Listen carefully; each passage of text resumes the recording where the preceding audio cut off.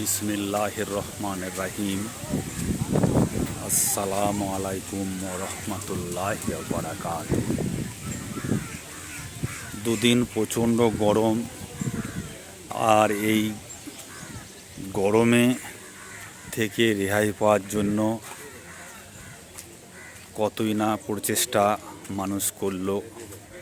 এই দুদিন গরমের পর প্রাকৃতিকভাবেই ঠান্ডা চলে এলো, গরম থেকে মানুষকে রেহাই দিল। এই গরমে ওষ্ঠাগত হয়ে গিয়েছিল জীবন, আর এই ওষ্ঠাগত জীবন নিয়ে অনেক মানুষ রোগ ব্যাধি আক্রমণে ভুগছিল। তাই আজকে এই যে মানুষদের গরিব, যে মানুষ আজকে যে গরিব, এই গরিব মানুষদের সব থেকে বেশি কষ্ট হচ্ছে। এই গরমে শীতে গরিব মানুষদের বেশি কষ্ট হয়, গরিব মানুষদের প্রচুর কষ্ট হয় এই শীতে। তাই এই যে কোনো জিনিসই মানে গরিব মানুষদের খুব কষ্ট হয়। গরিব মানুষদের একটা ঠান্ডা, গরিব মানুষদের কষ্ট। লেপ কেঁটা ভালো থাকে না, শীতের পোশাক দামি ঠিক মতো দামি পোশাক থাকে না, আর এর ফলে কি হয়, গরিব মানুষরা শীত ভোগ করে, ঠান্ডা ভোগ করে, দিয়ে রোগ ব্যাধির আক্রমণের শিকার হয়। যে কোনো জিনিসই গরিবদের ওপর দিয়ে সব কিছু চলে। একটা দেশের আইন কানুন পরিবর্তন করলে সেটা গরিবদের ওপর দিয়ে এফেক্ট হয়। কোনো সরকার আইন পরিবর্তন করলে বা আইন জারি করলে সে সরকারের গরিব মানুষদের ওপর তার এফেক্ট বা প্রভাব পড়ে।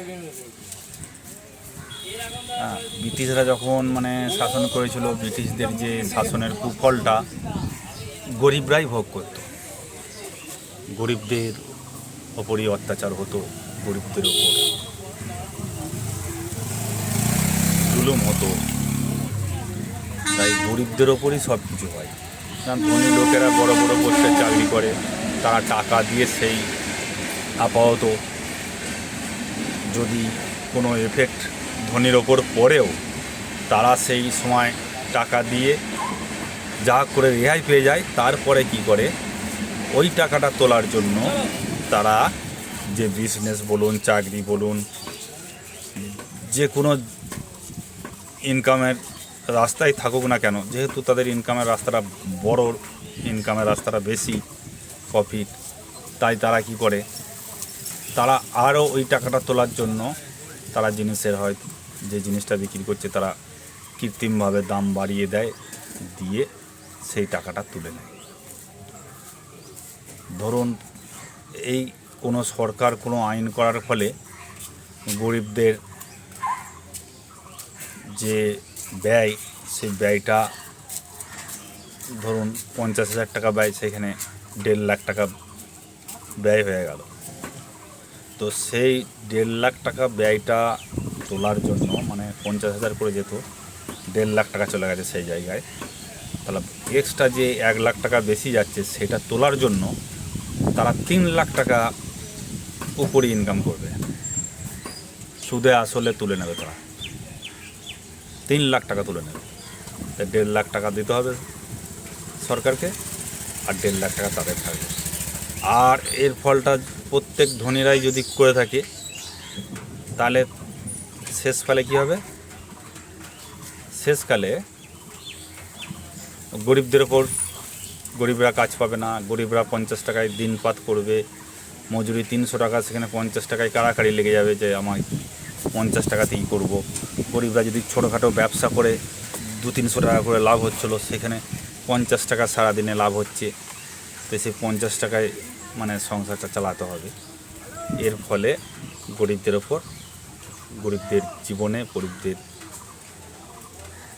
দৈনন্দিন জীবনে বিরাট এফেক্ট, কুফল দেখা দেয়। তাই গরিবদের ওপরই সব কিছু হয়, যাই কিছু করুক না কেন, যে কুফলটা পরে বন্যা প্রাকৃতিক দুর্যোগের সময় যদি বন্যা ভূমিকম্প হয়, সেই গরিবদের ওপরই অত্যাচার হয়।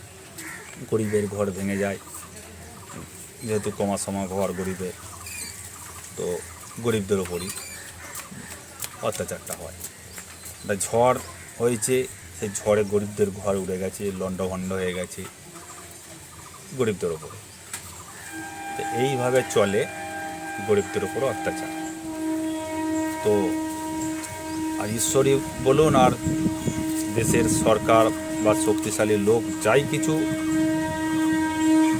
করতে যাক না কেন ধনী লোকেদের সুবিধার জন্য, সেটা কুফলটা কিন্তু গরিবদের ওপরই পড়বে। আর নিউটনের তৃতীয় সূত্র অনুযায়ী প্রত্যেক ক্রিয়ারই সমান এবং বিপরীত প্রতিক্রিয়া আছে। ধনীরা তাদের স্বার্থ সিদ্ধির জন্য কোনো আইন প্রণয়ন করালো, সরকারকে দিয়ে আইন প্রণয়ন করে নিয়ে এলো, কিন্তু তার প্রতিক্রিয়া মানে কুফল একটা আছে, সে কুফলটা গরিবদের ওপর পড়বে।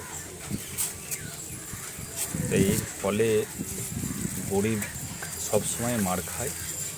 তাই গরিব যাতে না থাকে, ধনীদের অনুরোধ করা হচ্ছে আপনারা গরিবদের বেশি বেশি করে দান করে গরিবদের সমান পর্যায়ে নিয়ে আসুন।